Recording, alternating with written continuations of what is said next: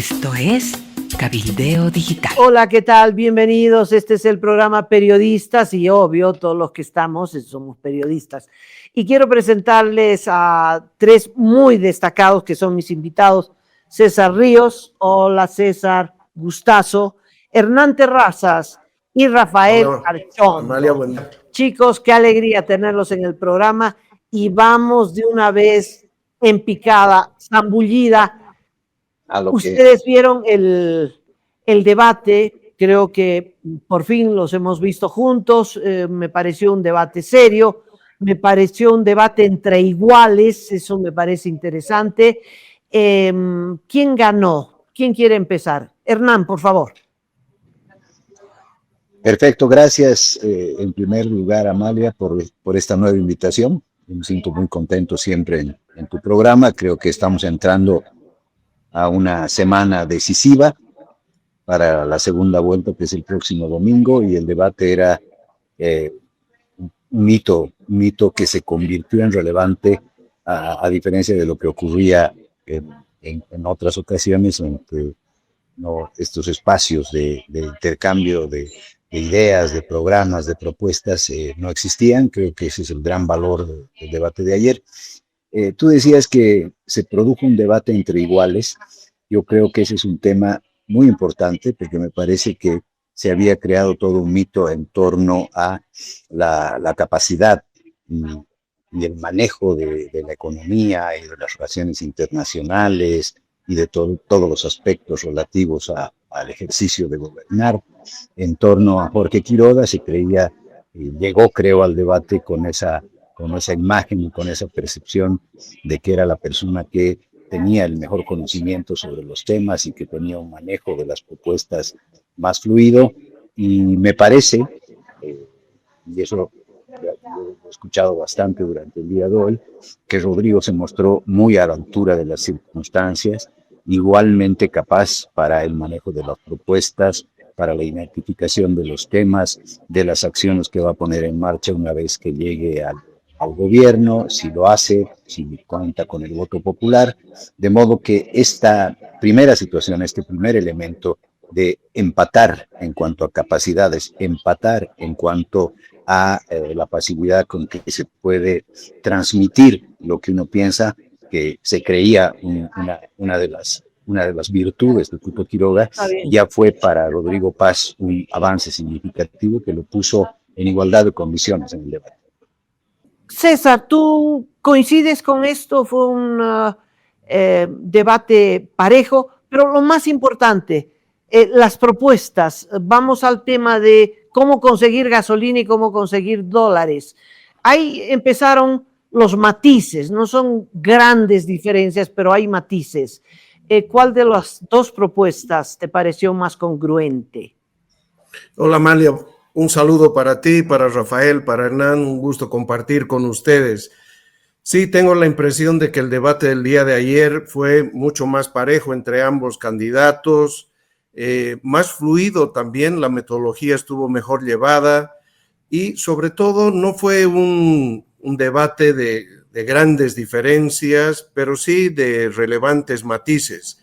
Y probablemente uno, y es en el que estábamos enfocados como ciudadanía, era el tema de los dólares. Ahí hay un primer matiz.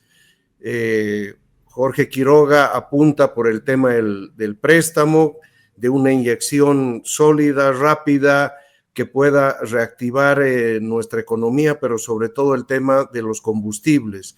En el caso de Rodrigo Paz, él plantea reordenar la casa, hacer uso de los préstamos que ya están comprometidos y evitar en lo posible esos préstamos. Me imagino que él y su equipo evalúan que con eso en principio puede ser suficiente.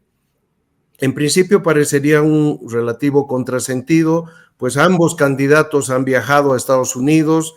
Ellos declaran que han tenido relaciones con varios organismos internacionales, sobre todo muy ligados al tema económico.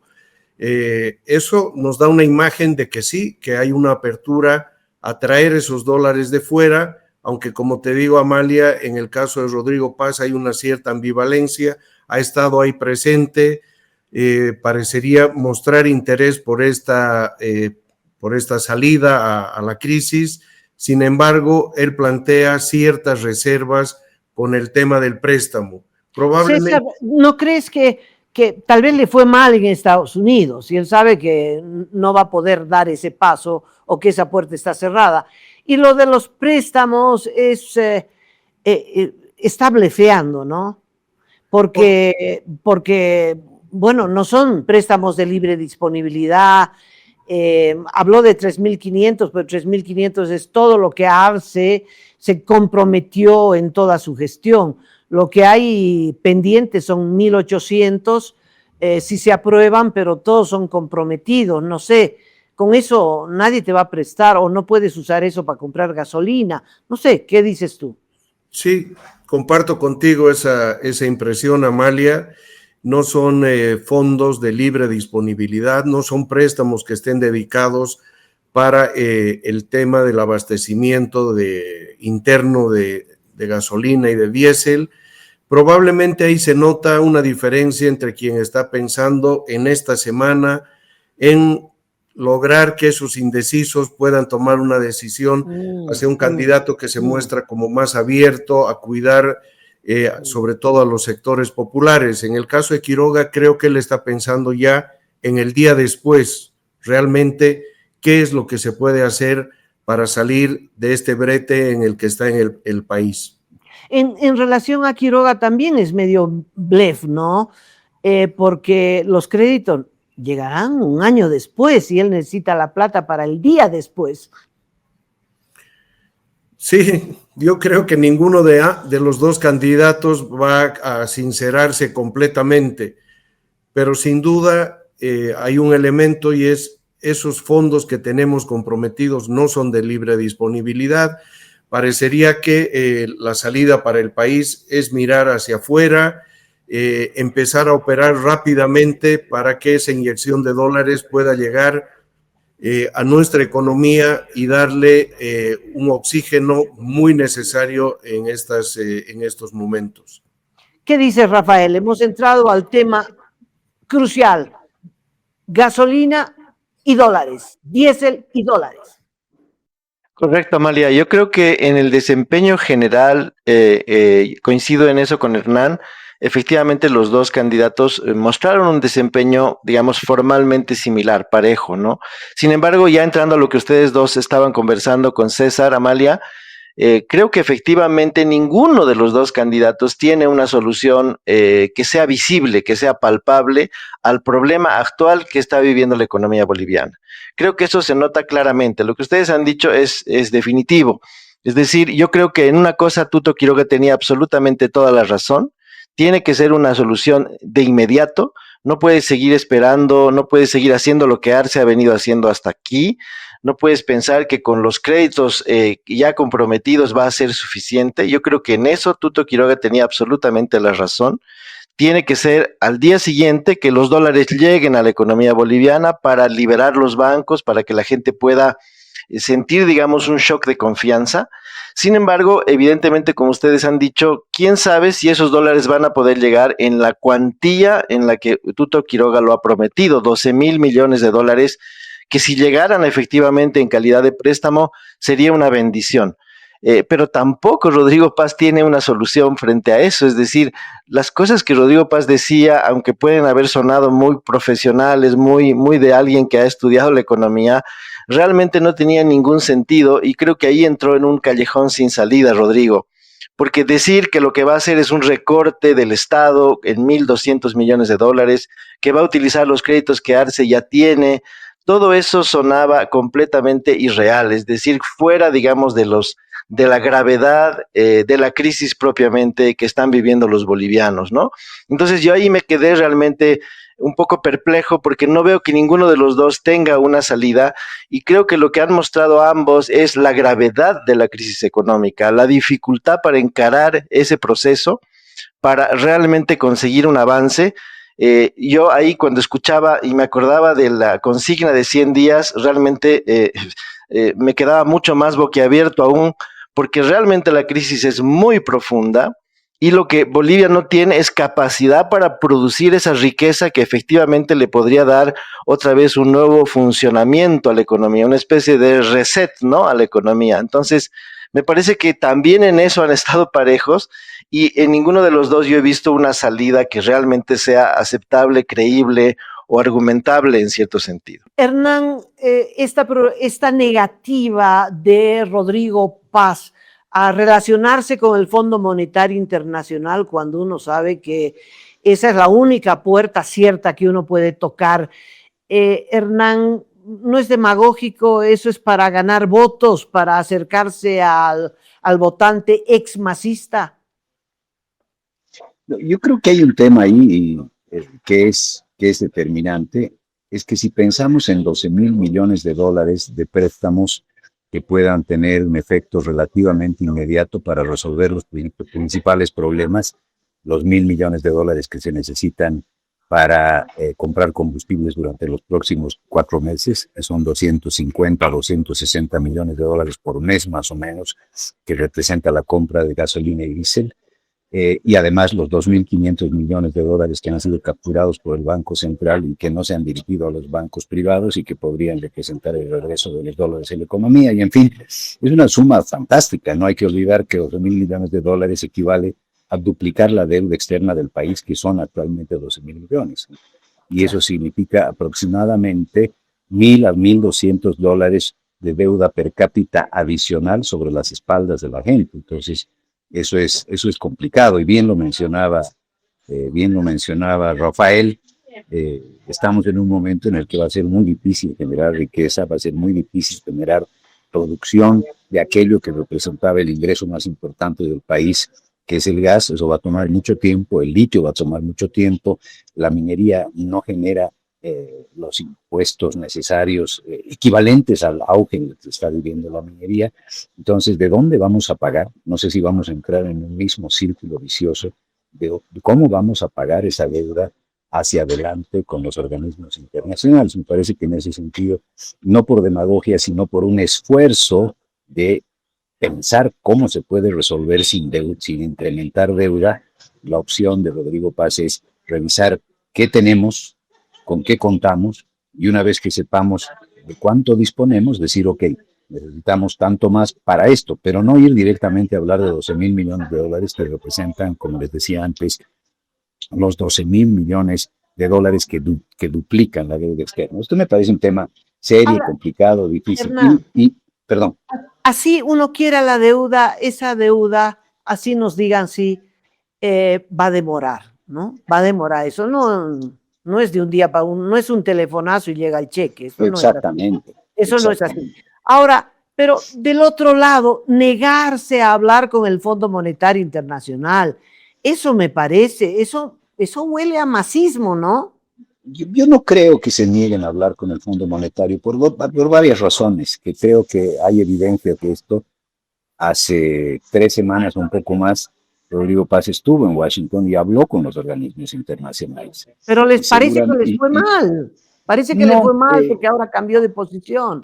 No, probablemente hay cierto tipo de acuerdos que están, digamos, en suspenso, en tanto no se resuelva a favor de quién se pronuncia el pueblo boliviano el próximo 19 de octubre, y que una vez que eso se produzca ya se verá. Yo creo que cualquiera de los dos candidatos sabe que su desafío más importante al día siguiente de asumir el cargo es que no haya colas para gasolina y para el diésel, que vuelvan los dólares a la economía y que se frene la escalada de precios. La preocupación más grande, la más grande de la población, sobre todo de sectores medio populares, es el tema de la subida de precios. Esta semana quizás hay una coincidencia medio extraña y una serie de decisiones que se han adoptado en las últimas semanas, como la persecución de Dorgaten, el descabezamiento de yacimientos y estas declaraciones de Dorgaten de la semana pasada diciendo que ya no había plata para comprar hidrocarburos, que te han generado nuevamente una psicosis en el país, y estamos en un escenario donde parecería que el tema de los combustibles va a predominar por sobre el resto, aunque, como les decía, yo hice una serie de estudios, grupos focales, etcétera, donde se advierte que la preocupación principal de la gente son los precios.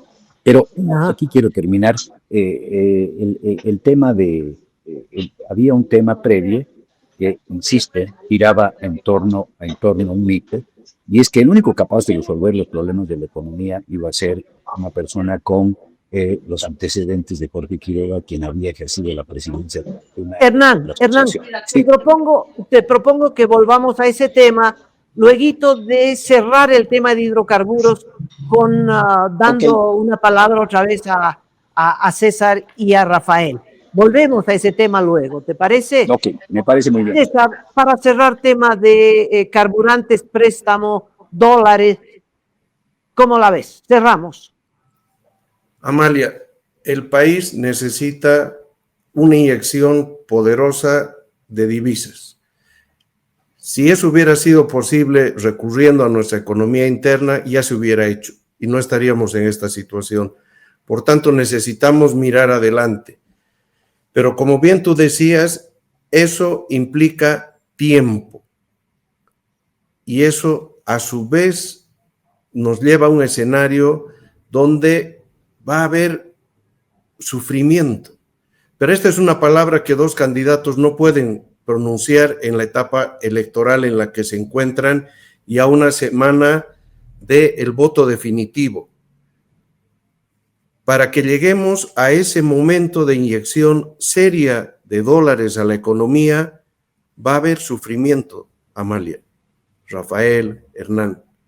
Vamos a pasar por una etapa de turbulencias seria. Sobre esto no se ha hablado, pero es lo que nosotros que estamos fuera del ámbito político sí podemos anticipar y prever.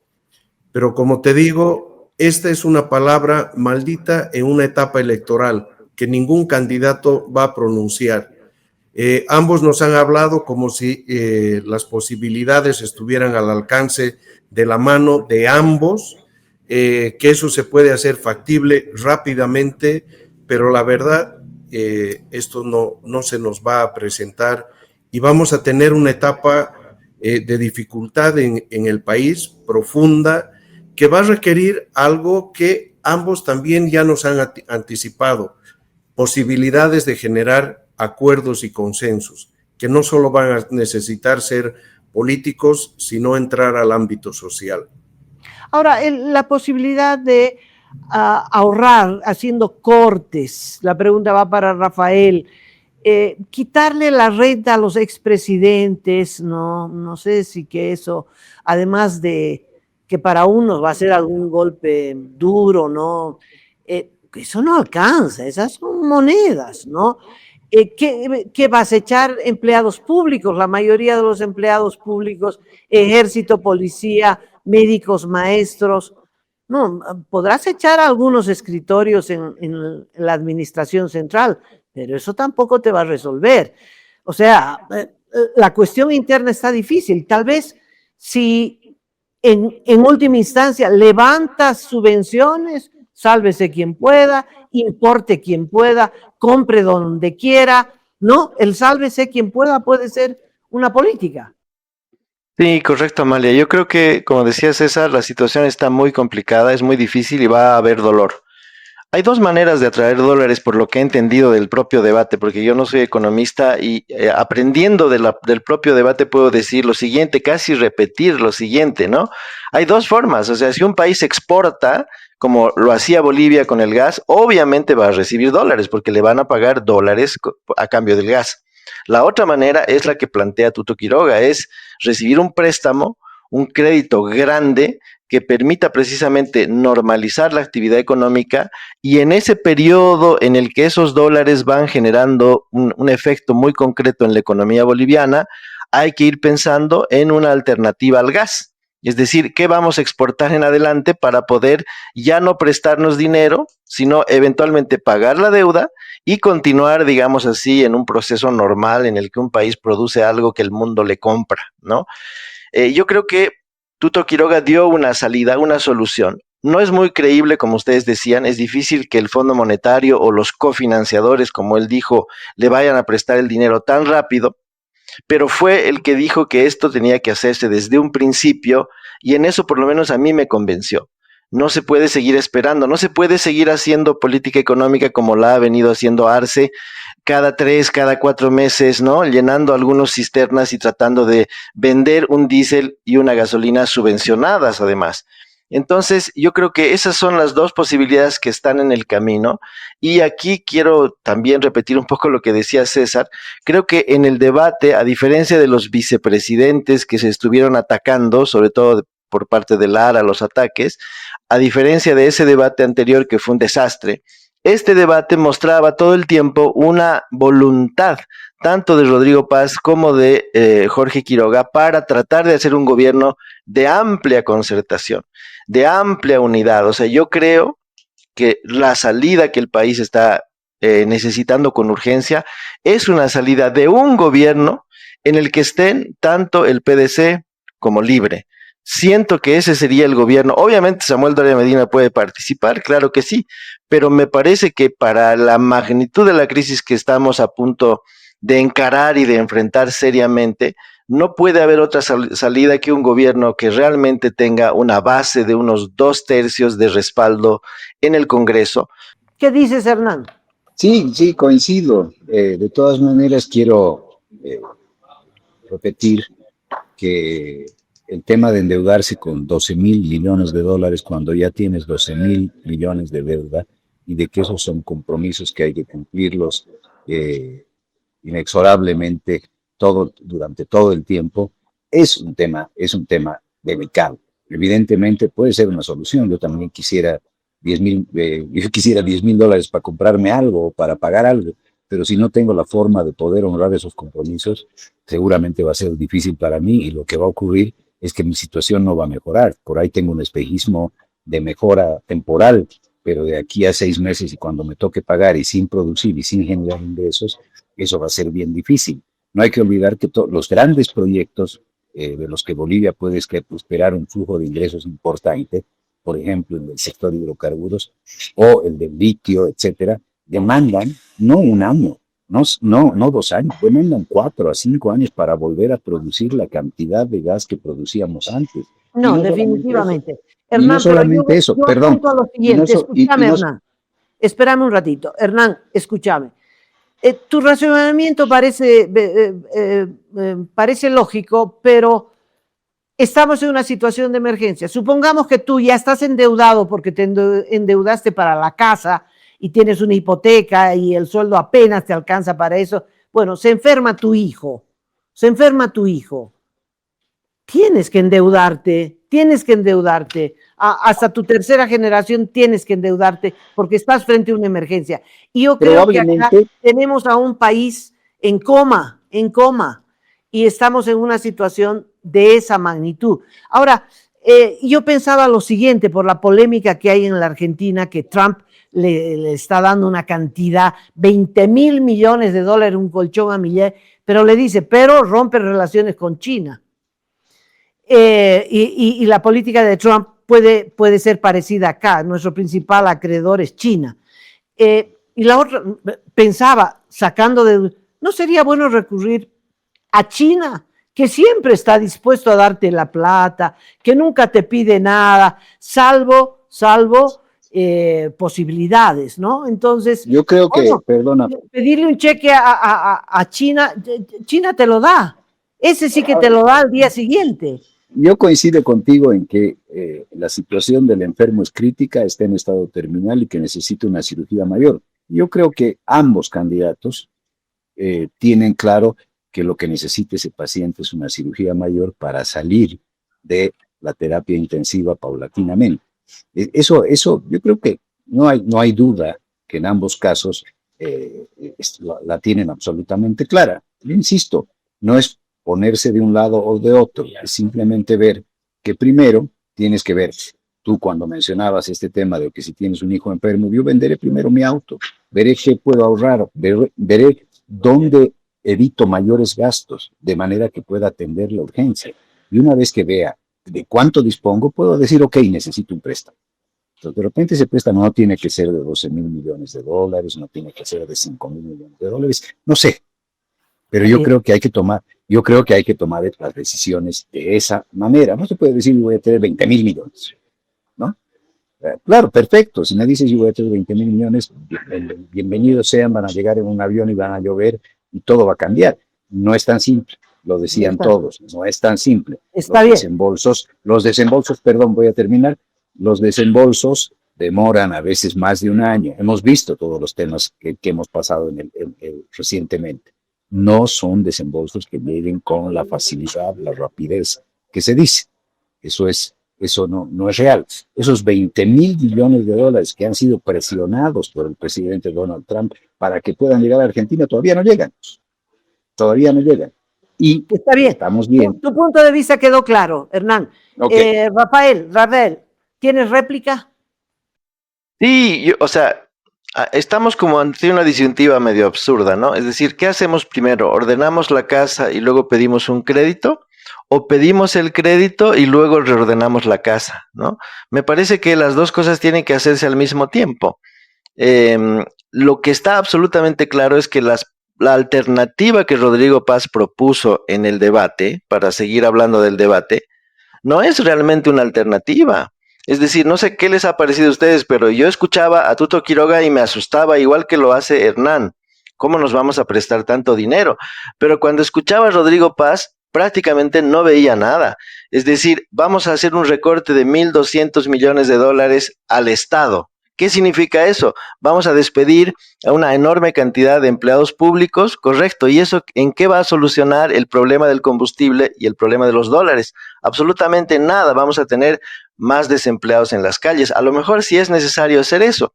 Luego, hubiese sido tal vez interesante que Rodrigo Paz dijera, voy a quitar la subvención a los hidrocarburos, como lo está haciendo Noboa con el diésel en Ecuador. Pero no lo dijo. Entonces, bueno, parece que ninguno de los dos tiene contemplado levantar la subvención. Por lo menos yo no lo escuché en el debate. Entonces, para mí ese es el grave problema, ¿no? Que estamos en una situación tan complicada, tan difícil, que ponernos a pensar si es mucho o poco el endeudamiento, en este momento con que llegue el endeudamiento ya sería una maravilla. ¿Qué dice César? Es una dilucidación importantísima, con mayor claridad que muchos economistas. O atraemos el dinero porque vendemos algo, y en ese caso eran hidrocarburos, esto ya no existe y la situación es todavía peor si uno escucha el último informe de la Fundación Jubileo que viene haciendo el seguimiento sobre este tema. Y lo otro es el endeudamiento. Ciertamente no nos gustaría endeudarnos, pero parece que las posibilidades del país no dan para otra opción. ¿Ese préstamo va a tardar? Probablemente, aunque el Fondo Monetario Internacional como el Banco Mundial contemplan préstamos para situaciones de emergencia de los países. ¿En qué monto? Yo no lo sabría decir, pero contemplan ese tipo de coyunturas que puedan darle una inyección de dinero para que los países no se hundan y sea todavía más difícil sacarlos del fondo del pozo. Otro elemento sobre lo que nos plantea Hernán. Hay que mirar, hay que evaluar, etcétera. En situaciones de crisis, el tiempo es otra variable que juega en contra. No nos podemos tomar tiempo para mirar y evaluar. Eso ya lo tendrían que tener resuelto los candidatos. Los tiempos agravan las situaciones, no las mejoran.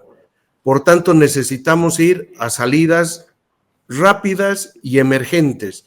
Y creo que en ese sentido ambos candidatos han tenido una buena predisposición. Cuando decían, el 9 de noviembre nos podemos sentar, luego Quiroga decía, bueno, podríamos ya sentarnos después de las elecciones. Y Rodrigo Paz mostró también toda la disposición para que ambas bancadas, si bien no estén instaladas, se puedan reunir. Y eso creo que nos muestra que ambos candidatos captan el sentido de urgencia que tenemos y de gravedad de la situación, que no están para irse por las ramas, que el toro de nuestra economía hay que tomarlo por las astas y cuanto antes lo hagan, mucho mejor por el bien del país. Hernán. A ver, yo pienso en una cosa, y eso se desprende de las intervenciones de Tuto en el transcurso de las últimas semanas, pero sobre todo de Ramiro Cavero, que es el jefe de su equipo económico y eventualmente va a ser, si llega Tuto a ganar la elección, va a ser su ministro de Economía. Ellos dicen que necesitan 2.500 millones de dólares, que también lo dice Rodrigo Paz y lo dice mucha gente, para devolver los dólares a la economía. Es decir, son 2.500 millones lo que se ha retenido en el Banco Central y eso se va a devolver a los bancos para que vuelva a circular el dólar en la economía. En ambos casos dicen que van a elegir un tipo de cambio de bandas, ¿no? Ni tan alto como el libre, ni tan bajo como el oficial. Es decir, prácticamente están hablando de $1.10, en 11 bolivianos por dólar. En fin, tienen bastante claro lo que se necesita. Y también saben que hay que invertir $1.000 millones para llegar hasta €1 con gasolina y diésel y ir eliminando gradualmente la subvención, o por lo menos hacerlo de modo tal que no voltee sobre la gente más pobre, sobre la gente que está peor, etcétera. Habrá que reducir el subsidio de los 3.000 millones que es actualmente a 1.500 millones. Entonces, si uno hace sumas y restas, se ve que tampoco es que se necesitan 12.000 millones de dólares de BEIVA de los organismos internacionales y que esa no es la magnitud de la urgencia. La magnitud de la urgencia son alrededor de 3.500 millones de dólares, un monto de deuda más manejable y un monto, además, que sí se puede gestionar con cierta disminución de gasto superfluo, en sí, a nivel interno, y después pedir lo que falte para completar. Seguramente algo inmediato tiene que ser gestionar un préstamo de libre disponibilidad de 1.000 millones para garantizar abastecimiento de combustibles y que luego el tema de la subvención y de la disminución de la subvención te permita actuar con un mayor margen de libertad y flexibilidad en ese sentido. Entonces, ahí yo veo que hay un tema central. Coincido con César, coincido con Rafael en que la situación es dramática, en que hay que actuar de inmediato y hay que contraer préstamos probablemente para despegar más rápidamente de la situación complicada en la que estamos. Dudo, lo que sí pongo en tela de juicio es la magnitud de ese préstamo, que no sé, después de los 3.500 millones, los restantes 9.000, 8.500, ¿para qué? No sé, o sea, ¿a dónde van a destinarse esos 8.500 millones de dólares adicionales si lo urgente e importante en este momento no pasa de 3.500 millones? Ese para mí es un tema central y crítico. E insisto, a ambos candidatos, por lo que yo he visto en el debate y por lo que yo he visto en las intervenciones, como decía antes, de Cavero, de José Gabriel Espinosa, etcétera, tienen el mismo sentido de urgencia. Tienen el mismo sentido de urgencia. Hay matices, hay diferencias en cuanto a la forma de encararlos, pero ninguno de los dos se va a arriesgar a que en las primeras 2 semanas de esa gestión no se resuelvan problemas inmediatos y básicos como el abastecimiento de hidrocarburos, la devolución de los dólares. En fin, eso tiene que venir de todas maneras. En ese sentido, coincido con Rafael. A mí me tranquiliza porque lo que veo es que no hay diferencias de fondo a nivel programático entre los 3 actores principales, incluye a Samuel Loya Medina, por cierto, que tampoco hablaba de préstamos gigantescos, eso es un hecho, y que van a poder llegar a acuerdos, si no de coaliciones de gobierno, que eventualmente pueden darse, sí acuerdos parlamentarios, acuerdos en la Asamblea que nos van a permitir poder encarar las cosas con ciertos consensos básicos. Ahora, hay otro capítulo que para mí es también importante. ¿Quién va a tener? Evidentemente la gobernabilidad formal existe, pero uno de los dramas, a mi juicio, es que la representación de los sectores populares en la Asamblea es muy pequeña. Es muy pequeña. Es decir, que la gobernabilidad social no está asegurada ni garantizada y está condicionada a ver cuál va a ser la reacción de la sociedad, como dicen ambos, César, Rafael, ante el dolor.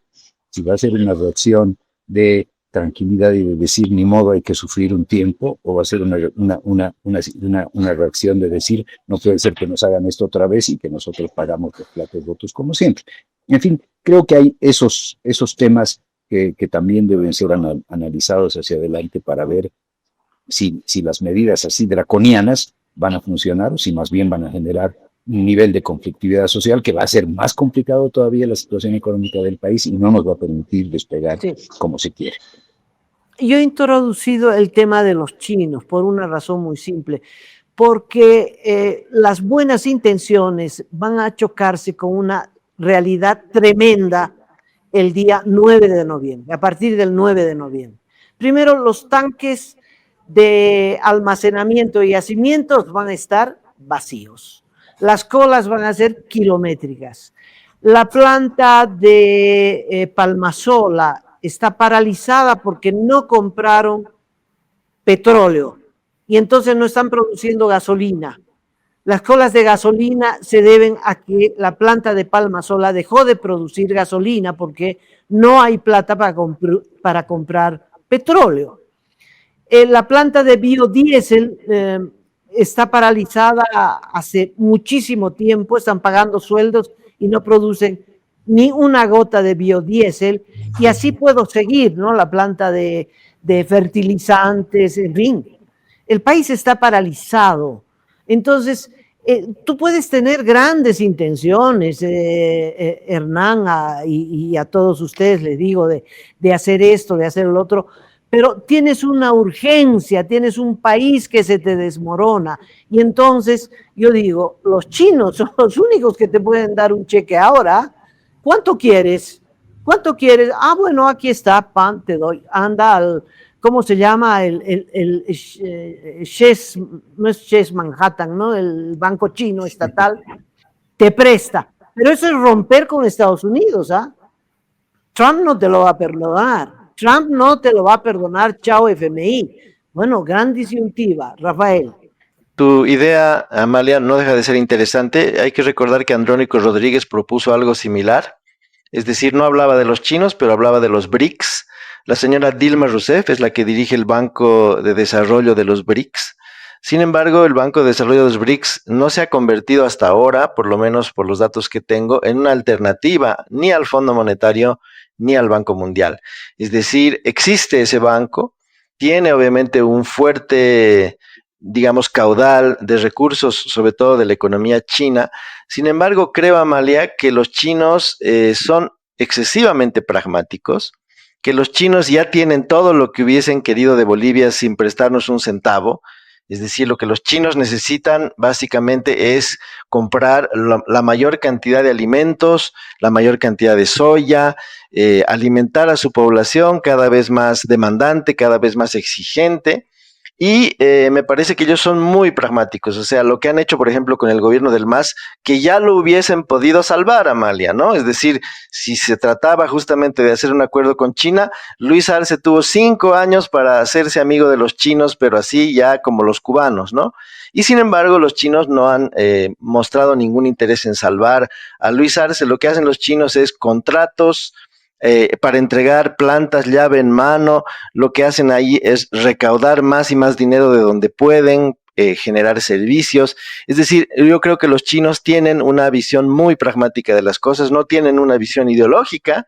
Han apoyado a Bukele, han apoyado a Cuba, es decir, el que les ofrezca alguna cosa, los chinos inmediatamente ven sus intereses y a partir de ahí toman la decisión, ¿no? Y por eso pusieron a la novia de Evo Morales en Camsé. Es decir, están ellos en una situación muy típica, digamos, de esta frase de Deng Xiaoping, de no importa el color del gato si es que caza ratones, ¿no?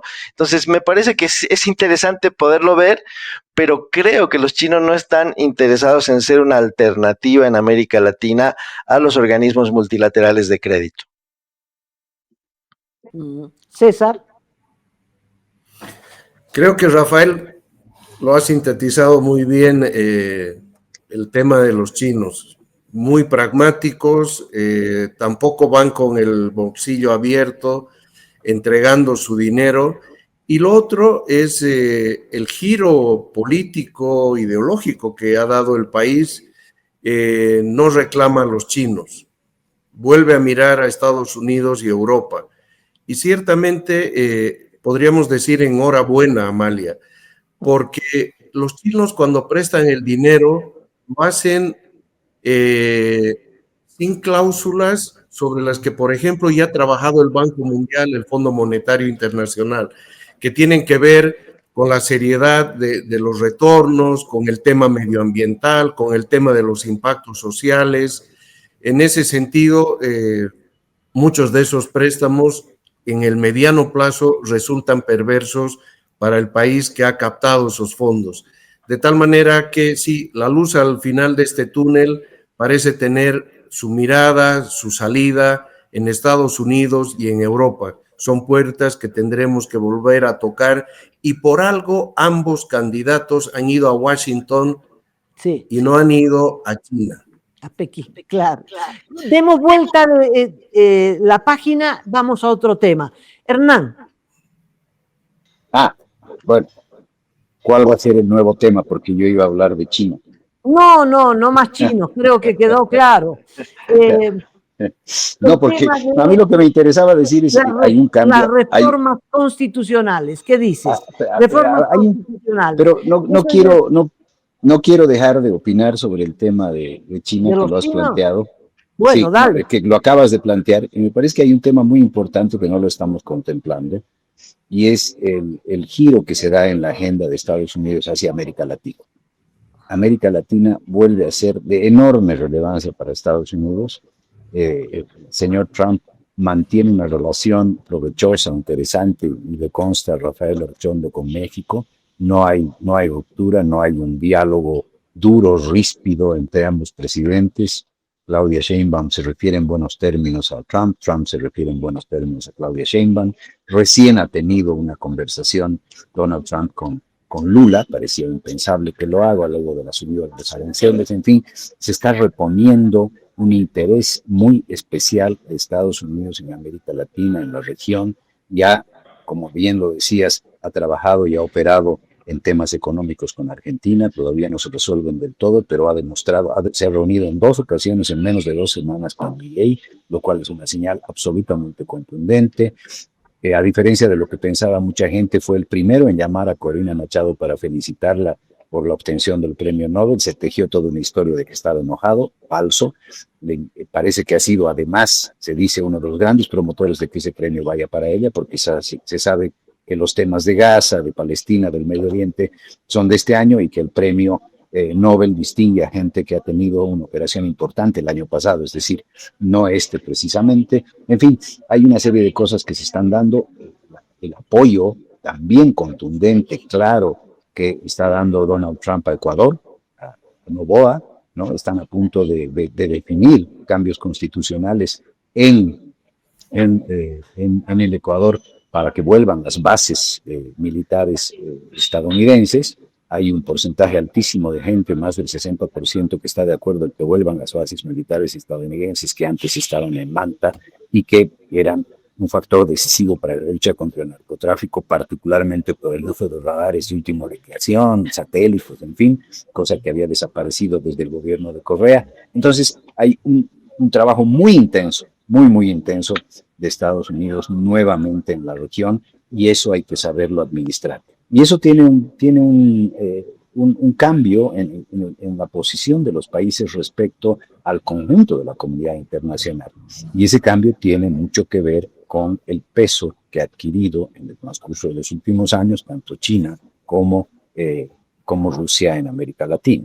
China ha realizado no solamente inversiones en Bolivia, que creo que alrededor de $5.000 millones han sido contratos con China, pero lo impresionante es lo que han hecho en Perú, donde han invertido alrededor de, no me acuerdo si $4.000, $5.000 millones en el puerto de Chancay. Están invirtiendo en este famoso tren bioceánico también, que es un tren de carga, en fin, y todas estas cosas tenemos que verlas en el escenario futuro de cómo van a tener vigencia y cómo van a tener continuidad a la luz de esta nueva conducta y esta nueva agenda estadounidense, que tiene como trasfondo la lucha contra el crimen organizado en la región, que ya no solo es narcotráfico, que es minería ilegal, que es trata de personas, que es de extorsión, el tren de Aragua, los cárteles, etcétera. Hay una agenda muy clara y muy contundente de Trump en la región, que va también a incidir en los movimientos políticos y en las agendas económicas de quién van a depender y a quién le vamos a pedir, ¿no es cierto?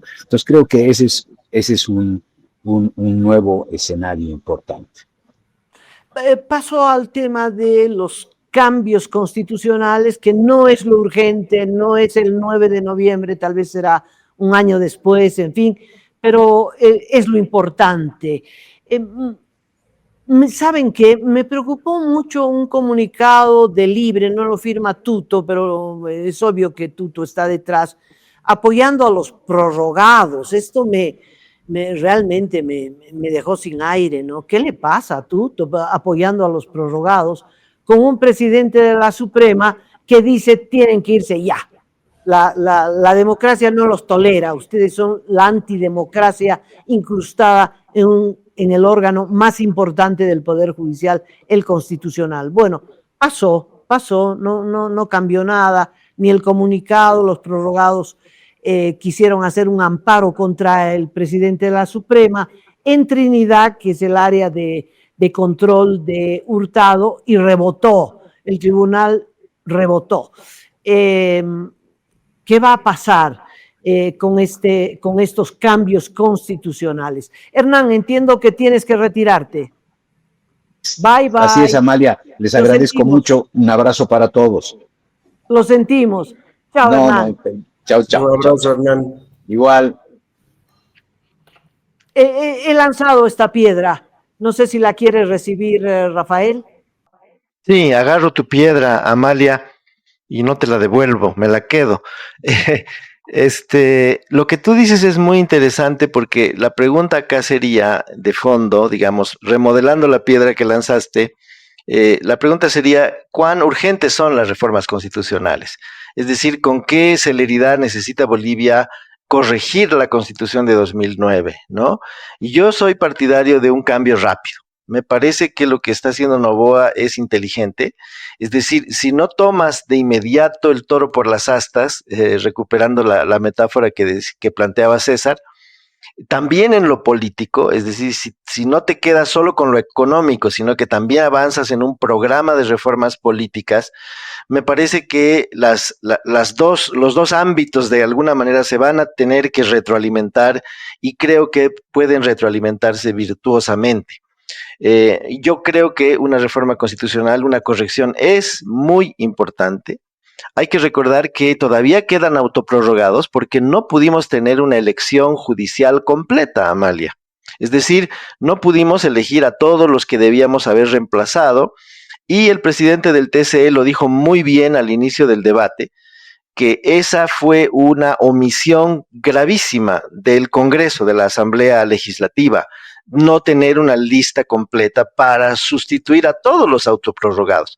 Y sabemos que esa fue una maniobra del arcismo para seguir teniendo mayoría en el Tribunal Constitucional. Es decir, hicimos un cambio parcial del Tribunal Constitucional porque hubo esta maniobra, justamente aprovechando, digamos, las condiciones favorables y el vacío que generó la falta de una mayoría clara en la Asamblea Legislativa, ¿no? Ahora tenemos una mayoría clara. Y estamos hablando, lo hemos hecho hace unos minutos, de la posibilidad de que haya un gobierno de amplia coalición, un gobierno realmente grande, un gobierno súper poderoso, que justamente una de sus virtudes sería tener los 2/3 y por lo tanto poder encauzar rápidamente unas reformas constitucionales. Tomo aquí un poco una palabra que se usa mucho en inglés, esto de momentum, ¿no? Cuando hay un momentum, es decir, el momento en que hay la convicción de que se puede avanzar, de que el camino está despejado, de que hay condiciones para no tener muchos obstáculos, por lo menos en una primera etapa, ¿no? En unos primeros meses, y que si no se aprovechan esos meses, otra vez levantarán cabeza quienes van a querer regresar al pasado, ¿no? Entonces, bueno, yo creo que esa es mi opinión, y bueno, si César está de acuerdo, pues habría que ver ¿Qué otros elementos se pueden agregar a este análisis? Estamos viendo que el ámbito económico va a ser un ámbito de dolor, de suma de negatividades en inicio, y pienso que el ámbito institucional, estatal, de reformas, puede ser un ámbito de sumas, en el sentido de que hay enormes expectativas para ese cambio fundamentalmente de la justicia. Y si el poder político rápidamente da una respuesta y va generando esos cambios, esto por lo menos relativamente puede entrar en un equilibrio. Ajá. Entonces, que nos den señales claras de que hay una voluntad política mayoritaria para reformar la justicia, hacer los cambios necesarios y, por supuesto, con la mayor inmediatez posible, deshacernos de esos autoprorrogados. Esto puede ser una gran señal y un inicio a una restauración del país que nos han prometido y el país que queremos. Sí, eso es lo que tendrá que hacer. La discusión es si convocas a elecciones para judiciales, las que faltan para la otra mitad, o los destituyes a todos, ¿no? Y haces una reforma donde otra vez el Congreso elige a los magistrados. Pero esa es una discusión a futuro, ¿no? Queda claro y coincido, Rafael, que eso que es importante es también urgente y que seguramente el Parlamento jugará ese rol, el de los cambios, el de la reforma, en la reforma constitucional y en la reforma de una cadena de leyes que cambiarán el sentido, la orientación del papel que va a jugar el Estado, ¿no? De tal modo que van a haber grandes debates a propósito de esto y que el Congreso va a jugar, el Parlamento legislativo va a jugar un rol importantísimo en esos cambios. Pero ese paso, no sé si ustedes coinciden, ese paso se va a dar si se logra dar un paso, es decir, si el próximo gobierno atina a hacer algo en relación a esta debacle como país, esto que no hay nada, ¿no? No hay carburantes, lo único que hay es cola, no hay dólares, no hay. Es decir, y además estamos llegando pues, a gastar la última gota de gasolina, la última gota de diésel. Vamos a una paralización total del país. Entonces, el primer paso va a ser muy de shock y está claro que todo lo que se haga no es muy electoral y por lo tanto los candidatos en el debate no han expresado exactamente el drama al que están enfrentados. No sé para qué pelean tanto por el poder, porque va a ser el gobierno más terrible, ¿no? Enfrentarse a la situación más terrible, inclusive peor que la del 85. Sí, correcto, Amalia. Yo quería agregar que fíjate cómo nos hemos propuesto hablar del debate y hemos hablado muy poco del debate. Y esto es porque el debate creo que fue muy bueno para permitirnos ver la realidad, ¿no? Es decir, fueron unos fantásticos binoculares para entender que las urgencias no son las del domingo, sino las del 8 de noviembre o eventualmente las del 20 de octubre, ¿no? Es decir, que los consensos son urgentes, son indispensables en este momento y que efectivamente todos esos elementos que aparecieron con fuerza en el debate vicepresidencial sobre quién había quebrado un banco o quién había escrito un tuit racista hace 15, hace 10 años, todos esos son elementos banales, ¿no? Yo creo que son absolutamente superficiales. Realmente yo no sé si el país tiene que preocuparse por un tuit escrito por un muchacho de 23 años o 28, o por cosas como que si el padre, ¿no?, de ese candidato quebró el Banco Fácil o si el suegro del otro candidato quebró el ya olvidado Banco del Sur, ¿no?, o el Big Beni. Entonces, me parece que esos elementos han quedado completamente borrados porque tenemos dos candidatos presidenciales que realmente están mirando las cosas importantes, ¿no? Creo que eso debe de alguna manera ponernos tranquilos, porque sí creo que la diferencia entre un debate y otro marcó también un cambio de agenda que creo que era urgente, indispensable para el país. Ahora, yo les pregunto esto, y voy preguntando primero a César, ¿cuál de los dos ayudaría más a salir de la crisis? Tal vez mirando,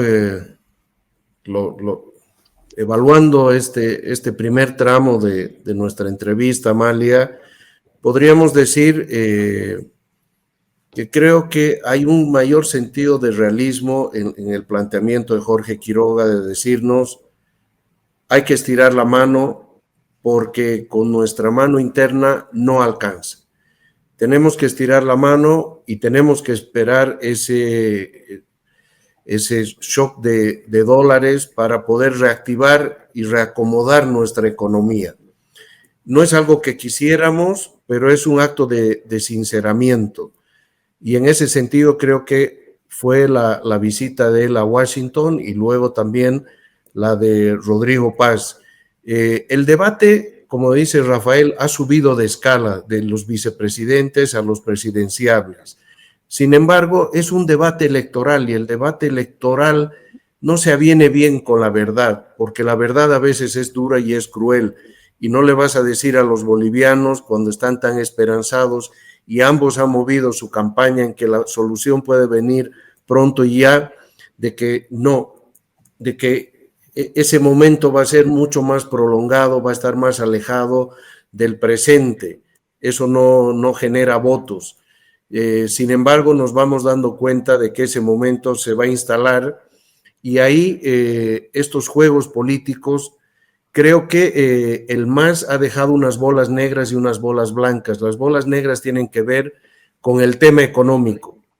Las bolas blancas pueden estar precisamente en la reforma del Estado y sobre todo con la reforma de la justicia y en el arte de saber equilibrar unas con otras. Podemos tener la sensación global, los bolivianos, de que vamos saliendo, de que estamos en las manos correctas y sobre todo hay algo que también hay que destacar en el caso de ambos candidatos. Han dejado de lado las minúsculas, le han dado poco espacio y se han concentrado más en las mayúsculas y en lo importante y nos han dejado la buena señal de que en ese Parlamento no se pueden entender, sino que se van a entender. Y esto es crucial, porque eso significa que a la crisis económica no la vamos a acompañar con una crisis política, que más bien la acción política está más enfocada en ser parte de la solución y no en ser parte del problema, y esto significa un cambio cualitativo respecto a este ciclo político donde la política también se convirtió en parte del problema con los bloqueos hacia el actual gobierno. Creo que ahí hay una señal positiva y esperanzadora. Hemos notado en ambos candidatos que tienen una estatura distinta a los de los vicepresidenciables y eso también nos hace ver con cierta esperanza de que estamos en mejores manos que si hubiéramos tenido el caso inverso. Estamos cerrando. Última intervención, Rafael. ¿Cómo mirarán los organismos internacionales a Rodrigo Paz y a Tuto Quiroga? ¿Cuál de los dos le dará más confianza? Pues coincido con César. Yo creo que en general Tuto Quiroga ayer demostró su experiencia como expresidente. Creo que eso se notaba claramente, quién había sido presidente y quién solo había sido alcalde, ¿no? No quiero menospreciar, digamos, la experiencia municipal, pero creo que en este caso sí Tuto Quiroga da una talla diferente y creo que el debate también ha sido interesante en la medida en que ya hemos abandonado, por lo menos por esos minutos del debate, toda esta discusión en torno a la izquierda y la derecha, ¿no? Es decir, yo no me atrevería a decir que Tuto Quiroga es la derecha, la ultraderecha, o sea, toda esa especie de paranoia que hubo en la Argentina y que sigue habiendo sobre que Milei es más o menos una reencarnación de Hitler, que no lo fue, y tampoco la otra paranoia que consiste en decir que Rodrigo Paz es más o menos el MAS, con un disfraz, ¿no es cierto? Yo creo que eso ha quedado completamente desmentido anoche y que ya no se puede ver el mundo de esa forma, de esa manera, entre dos polos, uno fascista y el otro comunista, ¿no?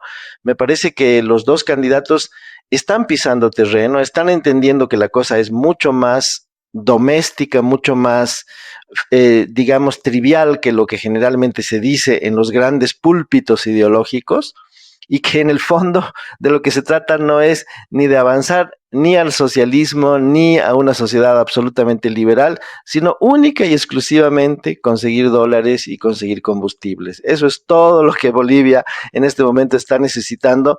Me parece que eso le ha quitado muchísimo dramatismo al giro con el que a veces se nos lee, sobre todo desde fuera, ¿no? Como una especie de terrible catástrofe porque Evo Morales ya no tiene nada que decir, o porque el MAS va a ver cómo los enormes logros y conquistas sociales que de estos 20 años se van a diluir en un espacio oligárquico, vertical, todos esos elementos, digamos, de esa especie de dramaturgia extrema, ¿no? En la que a veces se discuten las cosas, creo que en el debate han quedado, digamos, colocados en su verdadera dimensión, ¿no?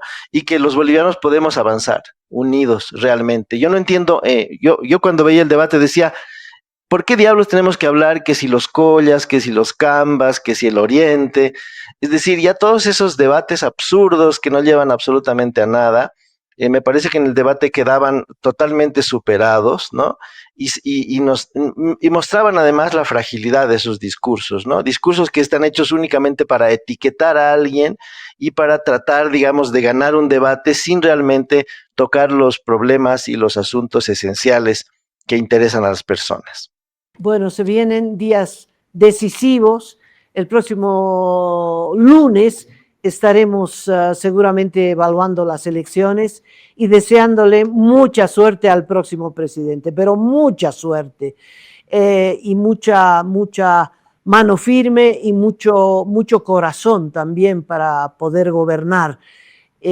Con el voto y nosotros frente a la urna estamos decidiendo el destino nuestro y el destino de todos los que habitamos esta linda tierra. Pues allá vamos, no sabes. Allá vamos y va a ser difícil, va a ser con dolor, como dice César. Bueno, que seamos capaces de resistirlo y superarlo. Y yo creo que con eso cierro este programa. Ha sido un gusto conversar con ustedes y estaremos listos para la próxima conversación. César, que tengas una buena jornada, lo mismo le deseo a Rafael y hasta la próxima. Esto es Cabildeo Digital.